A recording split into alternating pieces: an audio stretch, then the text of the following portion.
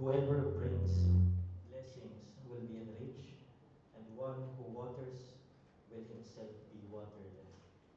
Ito ay Proverbs 11:25, at ang kawikaan po na ito ay hindi patungkol sa pagpapayaman sa mundo. Ito ay patungkol sa wastong paggamit ng mga bagay na ipinagkaloob sa atin ng Panginoon, na kung gagamitin natin para sa ikabubuti ng kanyang mga hinirang ng ating mga kapatid, kung gagamitin sa ikabubuti ng kanyang kapwa at paglago ng Ebanghelyo, ay may tiyak na bunga ng kagalakan at kasaganahan ng Panginoon. Ito po ay isang panimula sa ating pag-aaralan ngayon patungkol sa Christian contentment and generosity, at nawa ito ay maging hamon din sa atin at maitama yung ating pagtingin pagdating sa ating mga possession, sa kung paano natin ito pinangangasiwaan, hindi lamang sa harap ng Diyos, kundi para sa Kanyang gawain ng Ebanghelyo. Inibitahan ko po kayo na buksan ang inyong mga Biblia sa Philippians chapter 4.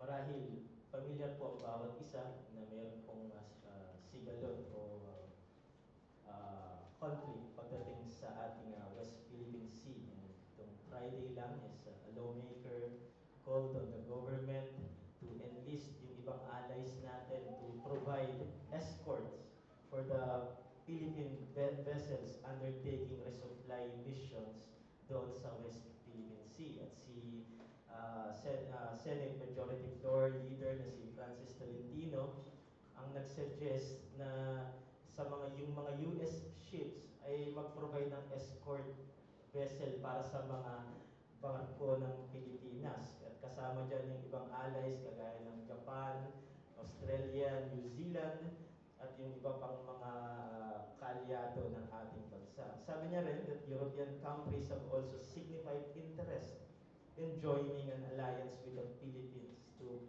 protect freedom of navigation in Southeast Asia. Now, kaya ko po itong binanggit, itong alay o yung pagiging alyansa ng ating bansa sa ating mga kaibigang bansa. Halimbawa, si Marcos ay nagkaroon ng, President Marcos ay nagkaroon ng pag-uusap sa isang defense leader ng Vietnam, at nagkaroon sila ng kasunduan na patuloy nilang pananatiliin yung peace pagdating sa ibang mga sitwasyon pagdating sa West Philippine Sea. Now, kaya ko po ibinabanggit itong state na ito dahil tila ganito din sa unang tingin, makikita natin na ganito yung relationship ni Pablo sa mga taga-Pilipos pagdating sa gawain ng Ebanghelyo. Sila ay mayroong maigting na relationship sa bawat isa para sa pag-usad nito at sa paghahayag nito sa marami pang taong hindi nakakakilala. However, itong relationship na ito ay hindi kagaya ng aking example na binanggit, sapagkat ang dalawang party na aking nabanggit, halimbawa ang Pilipinas at ibang mga bansa, ay parehas na merong interest din. Halimbawa yung trade o yung kalakalan, pagdating sa iba pang interest, pagdating doon sa West Philippine Sea. However, kay Pablo at sa mga Pilipos, hindi ganun. Hindi reciprocal yung kanilang relationship, or hindi ito give and take. No? Titingnan natin dito sa ating pag-aaralan sa Philippians chapter 4 kung anong klase yung relationship ni Paul at ng mga taga-Pilipos pagdating sa pag-usad ng Ebanghelyo. At ito po yung titingnan muna natin sa verse 10 hanggang 20. Again, basahin ko po muna yung 10 hanggang 30 na binasa ni Deacon Sam kanina. I rejoice in the Lord greatly that now at length you have revived your concern for me. You were indeed concerned for me, but you had no opportunity. Not that I am speaking of being in need, for I have learned in whatever situation I am to be content. I know how to be brought low, and I know how to abound. In any and every circumstance, I have learned the secret of facing plenty and hunger, abundance and need. I can do all things through Him who strengthened me. Itong sitwasyon po ni Pablo, kung titingnan niyo sa chapter 1, 12 to 26, at ngayon dito sa chapter 4, 10 to 19, mapapansin nyo tila ito isang bracket o panaklong sa kanyang sulat. Bakit po sinabi natin na parang bracket? Dahil mayroong similar idea and vocabulary tayong makikita. Halimbawa sa chapter 1 verse 5, sabi niya doon, because of your partnership o yung koinonia in the gospel from the first day until now. Pagdating dito sa chapter 4 verse 15, binanggit niya that in the early days ng inyong acquaintance with the gospel, when I set out from Macedonia, not one church shared fellowship o koinonia with me in the matter of giving and receiving, except you only. Tapos sa chapter 1, binanggit ni Paul, it is right for me to feel this way about all of you since I have you in my heart. And pagdating dito sa chapter 4 verse 10, I rejoice greatly in the Lord that at last you have renewed your concern for me. Indeed, you have been concerned. And then sa chapter 1 verse 7 again, yung B, sabi doon ni Paul, whether I am in chains, all of you share in God's grace with me. Now, pagdating dito sa chapter 4 verse 14, sabi ni Paul, yet it was good of you to share in my troubles. So nakita niyo yung similar idea and vocabulary dahil isa sa pangunahing sulat ay pangunahing dahilan at layunin ni Pablo dito sa kanyang sulat is magbigay ng written na expression ng kanyang gratitude. Ano, pasasalamat sa mga taga-Pilipos. In-acknowledge ni Paul na yung ministerial support ng mga taga-Pilipos sa kanya ay visible manifestation ng kanilang concern sa kanila. Kaya pag tinignan nyo rin yung translation sa LSB or NASB, wala ito sa ESV, ay sinama nila yung word na but o de. Importante yung word na but kasi dito nagsimula si Paul, diba, sa ESV, nagsimula siya dito, I rejoice in the Lord. Pero nilagay ito ng NASB at LSB na merong but I rejoice in the Lord. Na ng kapakahulugan ay as if hindi pwedeng kalimutan ni Pablo yung kanilang tulong o yung suporta sa gawain ng Ebanghelyo. Dahil hindi lamang gratitude yung gustong ipakita dito ni Paul, kundi nung ginamit niya yung word na great o yung megalos, ito ay nag-intensify ng kanyang expression pagdating sa kanyang nararamdaman. Yung lalim ng kanyang kagalakan sa relationship na meron si Pablo at mga taga-Pilipos. Now, ito po yung tanong, mga kapatid, ano po bang itinagagalak dito ni Pablo? Si Pablo, una sa lahat, ay nakabilanggo. Nakita rin natin sa chapter 1, he was slandered, he was alone. In chapter 3, dahil pinadala niya na si Timothy at si Epaphroditus, and then may mga professing Christians now walk as enemies of the cross. At nakita rin natin emotion ni Paul doon ay namighati siya. So anong itinagagalak ngayon dito ni Pablo? Now, dalawang bagay yung makikita natin is merong immediate and ultimate cause ng kanyang joy. Una, bigyan ko kayo ng hint sa verse 10, ang sabi dito ni Paul, you have revived your concern for me. Then verse 14, sabi ni Paul, you share my trouble. Verse 15, walang church na nag-enter ng partnership sa akin in giving and receiving maliban sa inyo. Verse 16, hanggang sa Thessalonica ay nagpadala kayo o kayo ay nag-provide sa aking pangangailangan. In verse 18, ang sabi ni Paul, I have received full payment and more, I am well supplied. So, makikita natin dito na si Pablo ay nagagalak sa binunga ng Ebanghelyo sa kanilang buhay. Yung gospel ay nag-take root sa kanila, sa mga tunay na mananampalataya at making them more willing to support the minister and the ministry of the word. So ito yung kagalakan ni Pablo, na yung mga indicatives na kanyang binanggit, yung mga katotohanan ng Ebanghelyo ay nag-take root sa buhay ng mga mananampalatayang ito. At yung kanilang pagsuporta doon sa minister and sa mission ay expression ng kanilang paglalim sa Ebanghelyo. So now, maaari nating matanong, ano bang meron doon sa kanilang support? Bago po natin nasagutin yan, gusto kong ipaalala sa bawat isa na yung ating cheerful or gracious giving ay parte din po ng ating sanctification. In case po ng mga Philippians, dumating yung time kung saan yung kanilang support was delayed. Basahin natin sa verse 10, sabi dito, I rejoice in the Lord greatly that now at length you have revived your concern for me. You were indeed concerned for me, pero sabi ni Paul, but you had no opportunity. Now, maraming interpretation kung bakit ito na-delay. Unang sabi ay wala daw magdadala dahil ang journey papunta sa Rome ay mahaba, galing sa Rome, mahaba at mahirap. At meron din nagsasabi na hindi ito kailangan ni Pablo dahil siya ay nakakulong.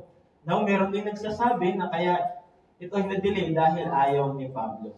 Well, I believe ang possible at best way na tingnan itong delay ng support is nung sinabi ni Paul sa 2 Corinthians 8, 1-4, na itong mga taga-Macedonia, especially itong mga taga-Pilipos, ay dumaranas ng extreme poverty.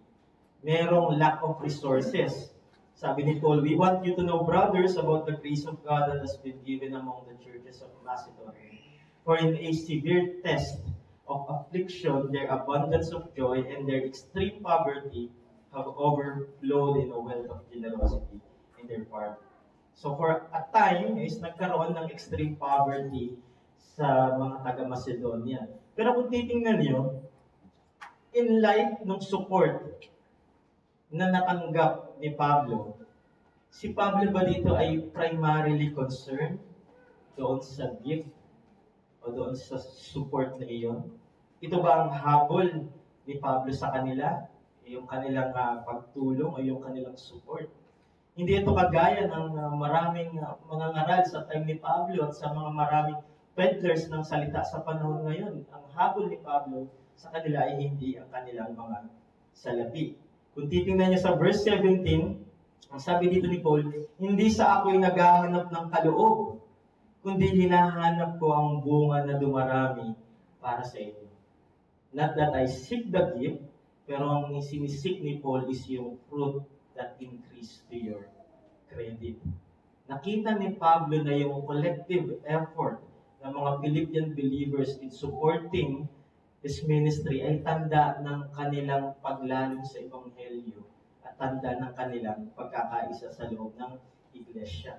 At ito yung ikinagagalak ni Pablo dahil para kay Pablo, the fruit is more important than the gift. The fruit or result nung pagtindig nila sa Ebanghelyo ay yung kanilang pagkakaisa at patuloy na pakikipag-isa sa gawain ng Ebanghelyo. Yung mga pretentious preachers seek their increasing pockets, pero kay Pablo, ang sinisik niya, ang nilolong niya, ay yung kanilang increasing holiness and strength and unity. At yung paglago nito ay nagbunga dahil sabi dito ni Paul, now at length you have revived your concern for me. Ang focus po na idea ng word dito is now at length, is ibig sabihin ng culmination. Hindi yung araw na lumipas. Ang emphasis dito ni Pablo nung sinabi niya na now at length you have revived your concern is yung kanilang genuine concern kay Paul at doon sa advancement ng word sa kabila ng kanilang extreme na condition. Kaya ginamit ni Paul yung salitang revive. Yung salitang revived o renewed ay may metaphor kung saan parang isang puno o halaman na under development or hindi pa yumayabong o sumisibol gawa ng hindi pa favorable yung panahon. Pero nandoon at buhay. At ngayon, nasa maayos na panahon, ay biglang sumibol. Ganito yung concern ng mga taga-Pilipos kay Pablo na gustong ipakita niya dito sa kanyang letter. Yung concern nila kay Paul na nagkaroon na ng pagkakataon at may express sa tamang panahon. So mga kapatid, ang gusto ko lang makikita muna dito is yung immediate cause ng kagalakan ni Pablo ay yung kanyang mga kapatid. yung iglesia doon sa Filipos. That was the immediate cause ng rejoicing ni Paul. At ito rin nawa yung immediate cause natin. Was it our immediate cause also? Anong immediate cause ng iyong joy last week? Ano yung immediate cause ng iyong joy last month or last year? Ito ba ay career, material things? Now, I am convinced that even earthly bond, friends and families ay hindi kayang tumapat sa kagalakan ng mga pinag-isa kay Kristo. Now, listen to this, dahil there is something even greater doon sa immediate cause na yun. Again, verse 10, I rejoice in the Lord greatly that now at length you have revived your concern. Sabi ni Paul, I rejoice in the Lord. Kanina pinakita natin yung immediate cause is yung bunga nito, yung fruit nito sa mga mananampalataya sa Filipos, yung kanilang kagalakan sa Panginoon ay nagbunga sa kanilang support sa gawain. Pero pinapakita dito ni Paul na yung ultimate ground and basis ng kanyang rejoicing is in the Lord. Bakit hindi? Dahil ang Panginoon is yung ultimate provider ng lahat ng good gifts. Yun yung ultimate cause ng joy ni Paul. And this is crucial because in order to understand yung ministry ni Paul at yung ministry ng mga taga-Pilipos, ang mga Philippian believers, we must be reminded that every blessing, wages, reward, gifts, strength, mercy, and comfort, lahat ng ito ay nanggagaling sa Panginoon. James chapter 1, binanggit ito that every good thing given and every perfect gift is from above, coming down from the Father of lights. Kung hindi ito ang ating unang magiging palagay sa mga biyayang natatanggap natin, sa kung paano tayo magkaloob at sumuporta sa ministeryo, ay may mga delikado kaisipan ang mabubuo. At ito yung mga may encounter natin mamaya. No, sa pag-aaral natin, sa passage na ito, meron ding ipapakita, i-introduce si Pablo ng mamahaling hiyas na nais niyang ipakita sa mga taga-Pilipos. Siguro nung last DBBS, di ba, meron hinahanap si Juan, yung mahalagang hiyas. Yan ay ang Panginoong Jesucristo. Well, it is the same pearl na makikita natin dito. Ito ay pumapatungkol sa kasapatan at contentment sa Panginoong Jesucristo. Hindi innate sa tao itong Christian contentment. In fact, worldly contentment ang meron. But biblical contentment ay hindi innate sa tao. Kung ikaw ay wala pa kay Kristo, ito nawa ay iyong asamin sapagkat ang mga earthly contentment o ang mga kontentuhan at kasiyahan na mayroon ka ngayon ay hindi kayang punan, hindi ka kaya nitong itawid sa eternidad. So para po sa ating mensahe, maaaring nandyan po ito sa inyong mga pamphlet. Christian contentment is born from Christ's love for us and grows through our love for our brothers.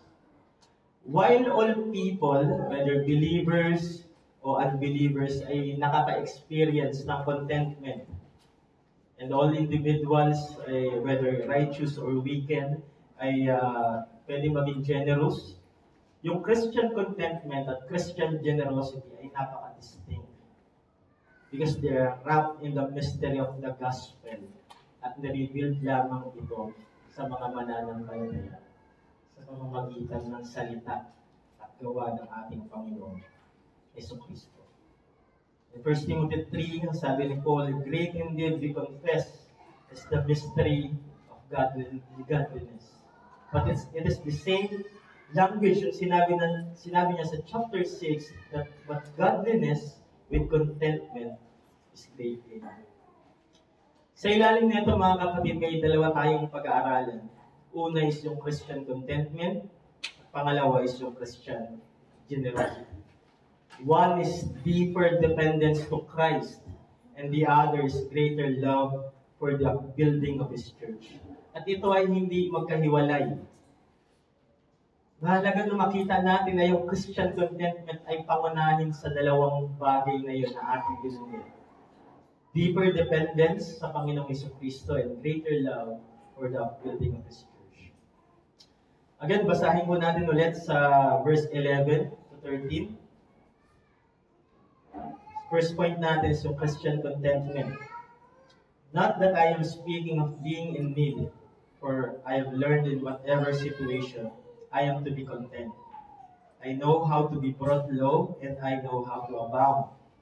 In any and every circumstance, I have learned the secret of facing plenty and hunger, abundance and need. Verse 13, I can do all things through Him who strengthens me.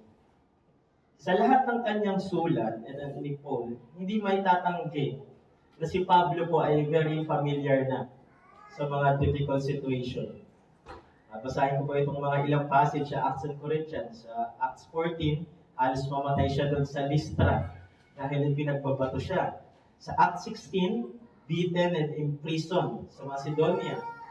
Sa Acts 17, na-agitate yung crowd at pinagpaplanuhan siya ng masama. Sa Acts 18, sa Corinth, the Jews made a united attack on Paul and brought him before the Sanhedrin. In Acts 20, doon sa Greece, yung mga tao ay nag-plot din against sa kanya. 2 Corinthians 6, tingnan niyo yung language ni Paul. Ang sabi niya, as servants of God, we commend ourselves in every way, by great endurance in afflictions, hardships, calamities, beatings, imprisonment, riots, labors, sleepless nights, and hunger. Tapos sa 2 Corinthians 11, sabi niya dito, we experience danger from rivers, robbers, own people, Gentiles, city, wilderness, sea, from false brothers, in toil and hardship, through many a sleepless night, in hunger and thirst, often without food, in cold and exposure. Tingnan niyo po yung mga binanggit nating passage doon, lahat ng yun ay karanasan ni Pablo. Pero pagdating dito, sabi ni Paul, I learned to be content. Meron siyang contentment, meron siyang kagalakan. So, in normal understanding, kung sa mga hindi mananampalataya at sa mundong ito, si Pablo ay parang nasisiraan ng gait. Paano niya nakuwang maging magalak? Paano niya makuwang masatisfy at makontento sa mga circumstances na meron siya? Laging misquoted yung Philippians 4:13, I can do all things through Christ, through Him who strengthened me. Whether sa success, sa sports, sa business, sa kung anumang worldly na accomplishment. Pero makikita natin dito na yung contentment ni Paul ay hindi ganun. Common understanding ng contentment, sana ito rin yung ating ma-check pagdating sa contentment na meron tayo. Dahil baka iniisip natin yung contentment natin ay biblical, pero stoic pala yung ating view pagdating sa contentment. The stoic view ng contentment ay self-sufficiency. Para sa mga ito at ibang mga Cynic philosophers, yung word na contentment ay mother of all virtues. To be content, ikaw dapat ay unaffected ng mga external na circumstances. So ang sinasabi nila ay mag-focus ka lang sa inner tranquility. Kung posible, pwedeng kumantong ito sa pag-eliminate ng anumang possession. Dahil ang pinopromote ng ganong klaseng contentment ay self-sufficiency.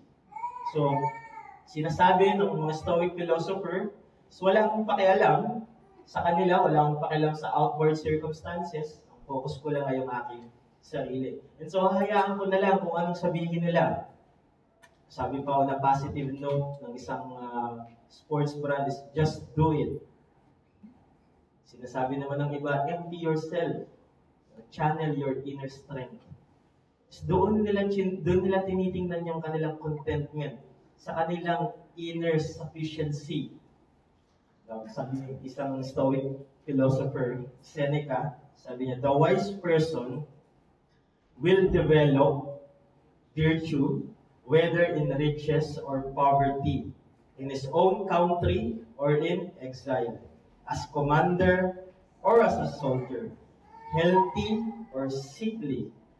And then sabi sa ibang passage, the happy man is content with his present lot, no matter what it is, and is reconciled to his circumstances. Sa unang rinig pa, okay ah. Di ba? Parang wala namang masama doon.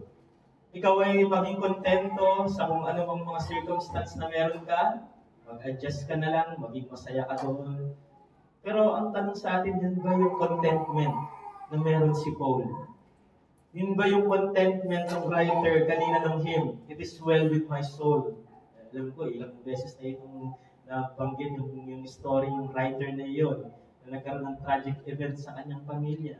And yet, ang sabi doon, it is well with my soul. Yun ba yung stoic view ng contentment? Yung view po ni Paul pagdating sa contentment ay hindi self-sufficiency. Walang stoic na mag-a-appear ng verse 13. I can do all things through Him who strengthened me. Kontra ito sa kanilang view na merong external source o inherent strength para sa kanila. Paul's view ng contentment is no stoic nor absolute in himself. Hindi nagpapanggap si Pablo na sa kabila ng circumstances na dinadaanan niya, unaffected siya. Hindi siya nakakaranas ng grief, ng sorrow. Hindi nagpapanggap si Paul na tila wala lang itong mga circumstance. Ang focus ko ay maging kalmado sa loob. Hindi din siya nagpo-promote dito ng self-conditioning. Tao din si Pablo, kagaya natin. Kung ang karamihan sa atin ay dumaranas ng joy sa linggong ito, sa buong linggo, dumaranas ng grief and sorrow, the same experience din ang nararanasan ni Pablo. Maging sagana o salat, magalak at tumangis. And yet, ang sabi ni Paul, he is content. Ano ba yung contentment o anong klaseng contentment si Pablo ang meron dito? Again, sabi ni Paul sa verse 13, I can do all things through Him who strengthens me. Yung kanyang contentment ay hindi nanggagaling sa mga bagay na possess ng kanyang kamay. Yung kanyang contentment ay hindi galing sa external na circumstances. The fountain of his contentment is Christ. Paul's contentment ay hindi self-sufficiency. Ito ay Christ sufficiency. Ang kasapatan ng Panginoong Hesukristo sa kanyang buhay. He panted for that fountain because it never runs dry. Christ is everything para kay Pablo. He is his true satisfaction and contentment. Sabi niya dito, he learned to be brought low. The same verb na ginamit, yung brought low, ay ginamit din sa Philippians chapter 2 verse 8, referring to Christ who humbled himself. At ang makita niya itong activity o kaganapan na ito sa kanyang buhay, nakita niya ito na kanyang buhay ay hugis krus. At nagkaroon nito ng kasaganahan ng pagsunod sa kanya, wala na siyang mahihiling pa. Ito yung kanyang ultimate joy. At dahil si Kristo ay muling nabuhay at ipinakita sa triumphant, highly exalted above all realms, mas maikling ang kanyang kagalakan sa pagsunod sa salita ng Panginoon. Alam niyo po ba na isa sa naghihiwalay sa Christian contentment at sa worldly o stoic contentment, napakalaking distinction is merong pagsunod sa salita ng Panginoon. Merong inner submission sa salita ng Panginoon. It is active contentment because Christ is the one who strengthens, enable itong mga believers to handle both abundance and need. Christ is the jewel of true Christian contentment. You take away Christ, there is no true contentment. Ganda nung sinabi kanina sa hymn kung bakit meron kang napakaraming reason na maging content in whatever circumstance. Ang sabi doon, Christ regarded our helpless state. Kinonsider ng Panginoong Hesukristo yung ating masahol na kalalagayan. isang bagay na merong eternal na consequence. Pero ang Panginoong Hesus Kristo ay pinunan yung consequence na iyon na siyang dapat nagdulot ng kagalakan sa iyo bilang mananampalataya. At ikaw na sumampalataya sa Kanya, meron ka pa bang kagalakan labas kay Kristo? Kaya kanina tinanong natin, ano yung mga naging kagalakan mo nung linggong ito? Ano yung naging kagalakan mo nakaraang buwan o nakaraang taon? Kanina binasa ko ni Deacon Sam sa Ephesians 1. At isa-sum up ko lang yung verse 3 onwards doon. Sabi sa Ephesians 1, "Blessed be the God and the Father of our Lord Jesus Christ, who blessed us in Christ with every spiritual blessing in the heavenly places." Verse 4, "He chose us in Him before the foundation of the world, that we should be blameless and holy before Him. In love, He predestined us for adoption to Himself as sons through Jesus Christ." Verse 7, "In Him we have redemption through His blood, the forgiveness of our trespasses according to the riches of His grace." Verse 8, "Which He set forth in Christ." Verse 10, "To unite all things in Him, things in heaven and things on earth." Verse 11, "In Him we obtain an inheritance." Verse 13, "In Him you also, when you heard the word of the gospel, of truth, the gospel of your salvation, and believed, were sealed with the promise of Holy Spirit, who is the guarantee of our inheritance, until we acquire possession of it to the praise of His glory."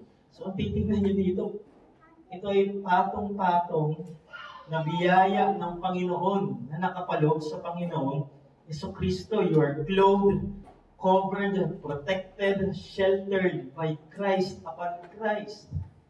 At walang sasagi, walang kayang sumagi sa isip ng isang mananampalataya na kayang tumumbas sa mga biyayang ipinagkaloob ng Ama sa pamamagitan ng kanyang bugtong na anak. Walang kayang tumumbas o walang kayang mag-outweigh sa mga kasaganahan at pagpapala na meron sa Panginoon Hesus Kristo. And this contentment transcends any material or situational changes. Kita natin kanina si Pablo, ilang beses siya na shipwreck, maraming beses nang nasira yung kanyang mga layag. He traveled back and forth through nakedness, danger, and sword. Pero kung titingnan niyo kung paano yung dagat at lupa sa ilalim ng paa ni Pablo habang siya'y naglalakbay ay hindi nawala o hindi nagbago. Ganito din yung kanyang kaluluwa. Though moved by suffering and affliction, he remained content because it is anchored doon sa immovable rock. Ito ang Panginoong Hesus Kristo. Indeed, He is the immovable rock. Kaya sabi ni Pablo doon sa verse 7, He is the peace that passeth all understanding. So, may kita natin dito mga kapatid na yung kasiyahan mula sa pagkakaroon ng material na pangangailangan ay hindi dapat ituring na tunay o dahilan o sukatan ng ating kagalakan. Hindi natin sinusukat yung ating joy at contentment sa mga external circumstances. Regardless ng mga outward circumstances na ito, si Kristo ang ating bahagi at ang kasiyahan na higit pa sa lahat ng kagalakan na may alok ng buhay na ito. Kaya gusto kong maging hamon sa bawat isa na sa anumang sitwasyon ay makultivate mo nawa yung deeper dependence at submission sa Panginoong Jesucristo. Hindi passive yung contentment ng isang Kristiyano na dahil, kumbaga, come what may or it is what it is. Nandiyan na yan, hayaan mo na lang. Wala akong pakialam sa external circumstances. Yung contentment na pinopromote ni Paul dito is merong deeper dependence sa mission sa Panginoong Jesucristo. And the more Christ is formed in us, the more we become content sa lahat ng bagay. The more na tayo ay nakadepende sa Panginoong Jesucristo, is the more na tayo ay nahuhulma sa wangis ng kanyang bugtong. Isang bagay din na gusto kong hamunin sa bawat isa is i-meditate nyo na yung mga salvation blessing na binasa natin kanina dito sa Ephesians 1, at dito from chapter 1 to chapter 4 ng Philippians. I-meditate nyo yung mga salvation blessing. At ito rin yung magtulak sa inyo na mas maging aktibo dahil ang Diyos ay aktibong gumaganap at kumikilos sa mga mananampalataya. Sa pag-aaral po namin ng Old Testament sa chapter 10, may encounter nyo doon si Nadab and Abihu, the sons of Aaron, which took his censer and put fire in it, and laid incense on it, and offered an authorized fire before the Lord, which he had not commanded them. And then fire came out before the Lord and consumed them, and they died before the Lord.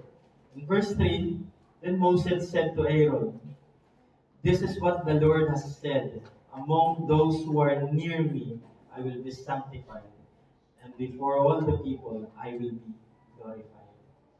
Ang sumunod doon ay sinabi, and Aaron held his peace. Not only must his tongue hold its peace, but his soul must be silent before this glorious God. Aaron held his peace. Meron siyang contentment. Meron siyang satisfaction sa glory ng Panginoon. That even tragic yung outward circumstances na yun, his soul is silent. I-compare niyo ito mga kapatid sa glory ng New Covenant. Yung glory na meron o na-reveal sa Israelites kay Aaron that time, type and shadow, compare niyan sa glory na meron sa New Covenant.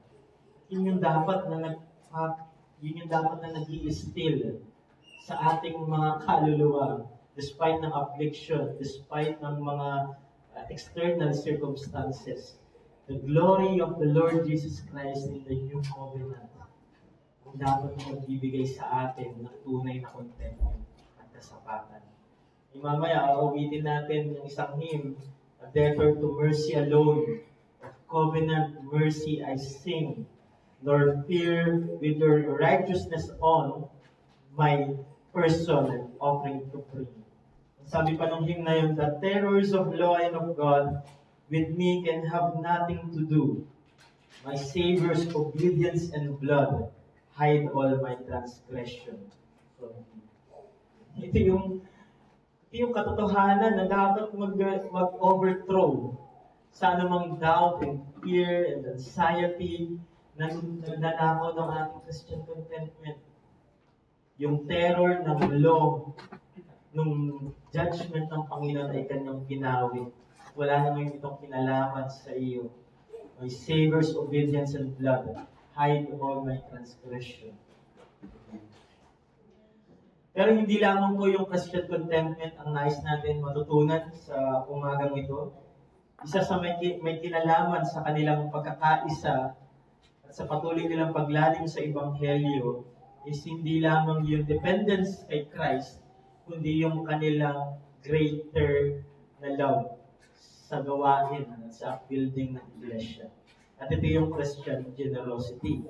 Now, pagdating dito, basahin po natin sa verse 14, "Yet it was kind of you to share my trouble, and you Philippians yourselves know that in the beginning of the gospel, when I left Macedonia, no church entered into partnership with me in giving and receiving except you only.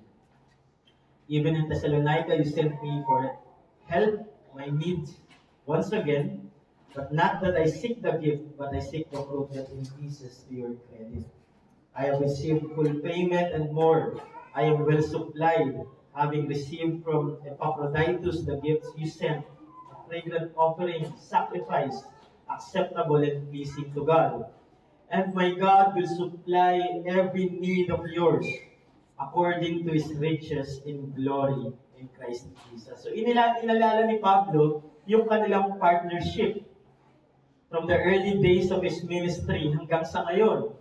Meron silang unique partnership kagaya ng binanggit natin kanina. Pero kagaya ng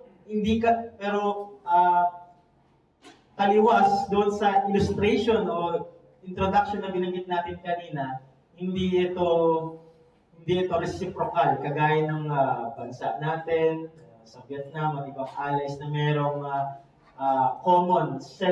merong self-interest sa kanilang pinag-uusapan. When he left Macedonia, sabi dito ni Paul, no other church joined him in financial support except the Philippians. They sacrificially support Paul, yung minister, for the sake of the gospel.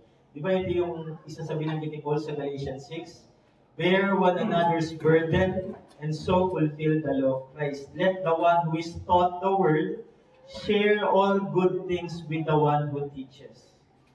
At yung kanilang generosity ay hindi lamang limited nung siya ay nasa Macedonia, kundi ito ay hanggang Thessalonica. At yung ganitong klaseng pagtulong ay nagpapakita ng kanilang heartfelt na support kay Paul. Ito'y matibay na huwaran sa mga early Christian, early churches that time, pagdating sa usapin ng generosity at contentment. Now, ito yung pansinin nyo. Na-anticipate na ni Pablo yung mga potential misunderstanding.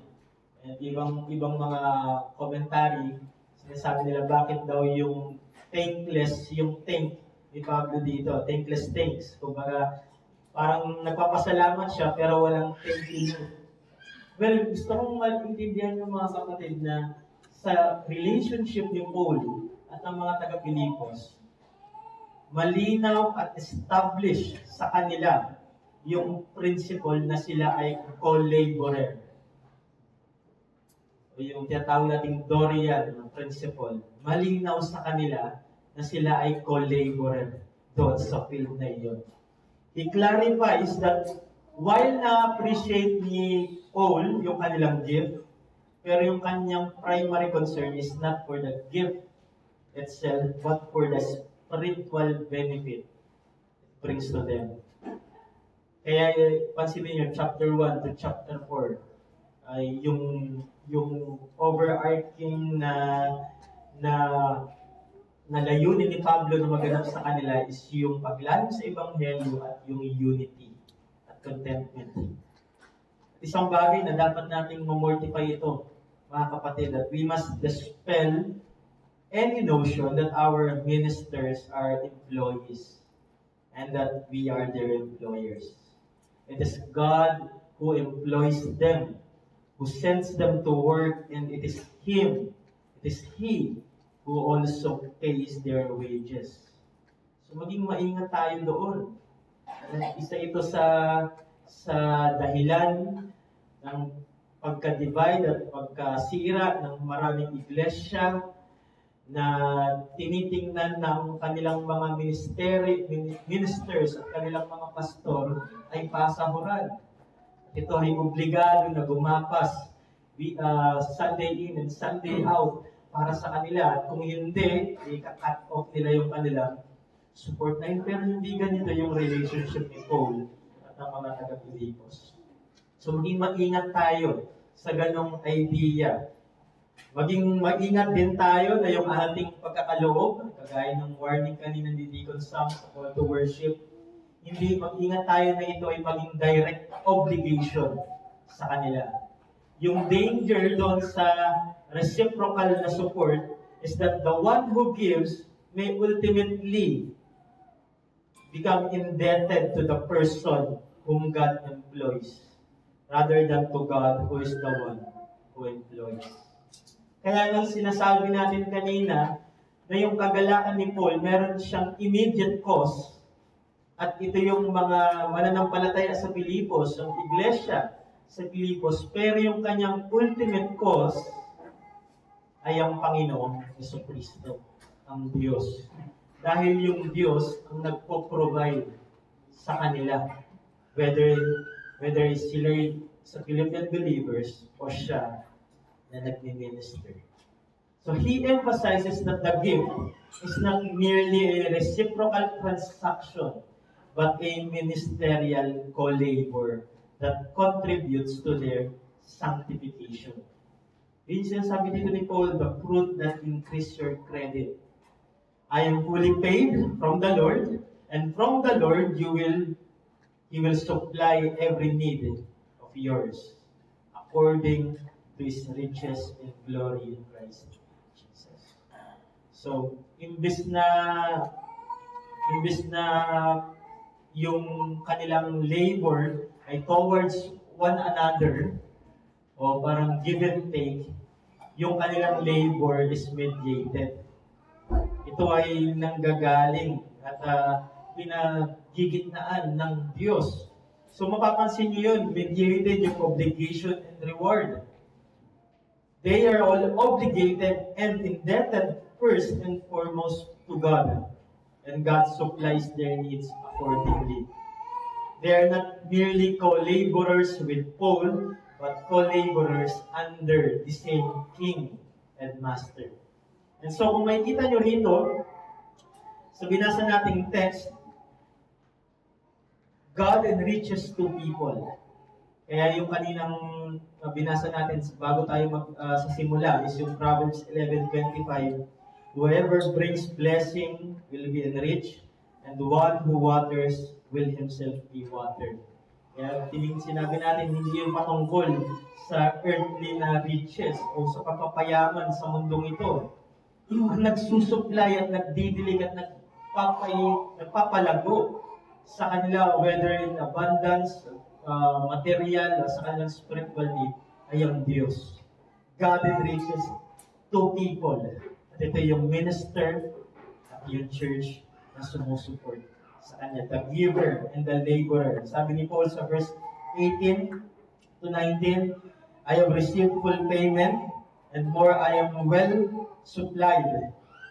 Sino ba yung nag-supply sa kanya? Ultimately dito, yung Panginoon, ang Diyos. At ang sabi niya sa verse 19, and my God will supply every need of yours according to His riches. Maganda yung metaphor na ginamit dito ni Paul. Sabi niya dito, ito ay fragrant offering. At ito ay mayroong kinalaman sa sacrifices. Ina-underscore ni Paul doon yung high value na meron sa kanilang support. Which primarily na nakikita niya ng act of worship rendered to God. At hindi yun merely charity lamang. It is primarily act of worship rendered to God. Kaya sabi ni Pablo, it is acceptable and well-pleasing in God's sight. Dahil primarily, yung kanilang pagtulong, yung kanilang support, hindi yun direct obligation sa minister. Yun ay kanilang pangunahing pagsamba sa Diyos. So, indebted sila first and foremost sa Diyos. Na siyang, ayon kay Pablo, magsusupply din sa inyo. Alam niyo mo, mga kapatid, dahil doon sa ganong principle, yung suffering ni Pablo at yung suffering ng mga taga-Pilipos ay na-alleviate. Nung sabi ni Paul sa 2 Corinthians 1, our hope for you is unshaken. For we know that as you share in our sufferings, you will also share in our comfort. Bukod pa rin sa mga text na binasa natin kanina, shared suffering, shared din yung blessing, yung comfort. Kapag hindi ganun yung principle, mga kapatid, kaya sinabi ko sa inyo kanina, yung contentment, generosity, may kung hindi biblical yung ating view doon, at hindi yun ang magiging unang palagay natin, is may mga delikadong epekto ito. At isa doon yung pagiging dissatisfied, yung pagiging mabigat at burdened na pag-support o pagkakaloob at yung paglilingkod mo sa Panginoon, magiging kabigatan yun. Kung hindi mo titingnan, first and foremost, na ito ay obligation and duty, at dapat contentment mo ito sa iyong Diyos na nag-employ sa iyo sa anumang ministry o circumstances na ikaw ay naroon. If they are shared, yung suffering na yun, then the joy and comfort that God provides are also shared. Diba? Hati din dun sa comfort at sa joy na yun. And this pattern bolsters their contentment in Christ. Kaya mas yung contentment nila mas heightened. Dahil hindi nakadepende sa outward circumstances, nakadepende lagi doon sa Diyos na nagsusupply sa kanila. Kaya kung babalikan natin ngayon yung ating tanong, how could he maintain this triumphant spirit? So, tingnan niyo yung dalawang point na yun, through Christ who strengthens him, yung contentment ni Paul, and second, through the church who co-labors with him. Yung Christian generosity, yung upbuilding ng church. Ito yung dalawang bagay na nag-maintain sa triumphant spirit ni Pablo. Merong ultimate cause at merong immediate cause. Kaya pansinin niyo mga kapatid, despite ng lahat ng nangyari sa kanya from chapter 1 ng Philippians, sa Acts 16 onwards, sa 2 Corinthians, yung kanyang report, si Paul dito ay nagsusulat na parang hindi nakakulong. Siya ay nagsusulat dito na parang vice regent na siya dun sa household ni Caesar. No, parang si Joseph, hindi siya basta nakakulong na, kundi parang na siya, kanang kamay ng paraon. At parang ganun yung tone dito ni Pablo. Siya ay nagsusulat na parang vice regent ng isang king. And indeed, he is. For Christ invaded the household of Caesar through the gospel. Diba? Tingnan niyo yung verse 22, tingnan mo yung report ni Paul dyan. Sabi niya dyan, all the saints greet you, especially those of Caesar's household. Sa chapter 1, na-encounter natin, persecutor niya, ito yung mga nakabantay sa kanya doon, na kung meron dito sa taong ito. Pero pagdating dito, ilan sa kanila, marahil karamihan sa kanila ay kabilang na doon sa saints na bumabati kay Pablo. And so, sa kanila. No? And so, kita niyo yung joy ni Pablo dito is overwhelming kung bakit ganun na lamang yung kanyang Christian contentment dahil sa una sa lahat, ultimately, sa Panginoong Jesucristo. And second, doon sa advancement ng gospel sa pamamagitan ng Christian generosity. Now, just to close mga kapatid, isang nakakalungkot lang dahil may nabasa akong news is merong bata from Ohio ay namatay. 16 months, I think.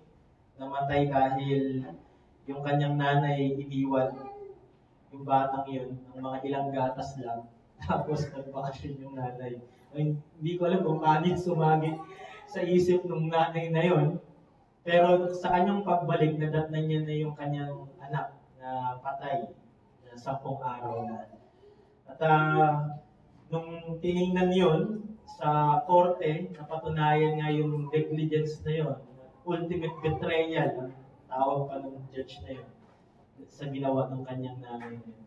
Well, kung titingnan niyo mga kapatid, hindi ganun ang sitwasyon ng mga mananampalataya. Hindi ganun yung sitwasyon ng isang Kristiyano. Especially even sa mga bago pa, sa mga mananampalataya dito sa ating iglesia na daraan sa namang mga difficulties, mga sufferings, and trials na pwedeng harapin ng bawat isa. Ang Panginoong Jesucristo, ang banal na Trinidad, ay walang oras o segundo na tayo ay iniwan at tinalikuran.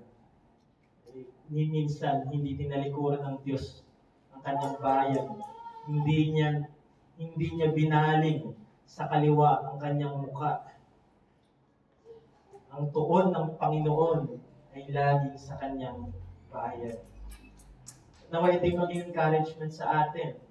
Every time we struggle sa ating mga difficulties, the face of the Lord shines upon His people dahil sa pleasing sacrifice na ginawa ng Panginoong Jesucristo. Si Kristo at ang Iglesia ay sapat na kagalakan para kay Pablo at nawa ito din ang estado ng iyong kagalakan sa kabila man ng pagiging lipos o sagana. Ang iglesia ang tinalagang tahanan mo sa lupang ito.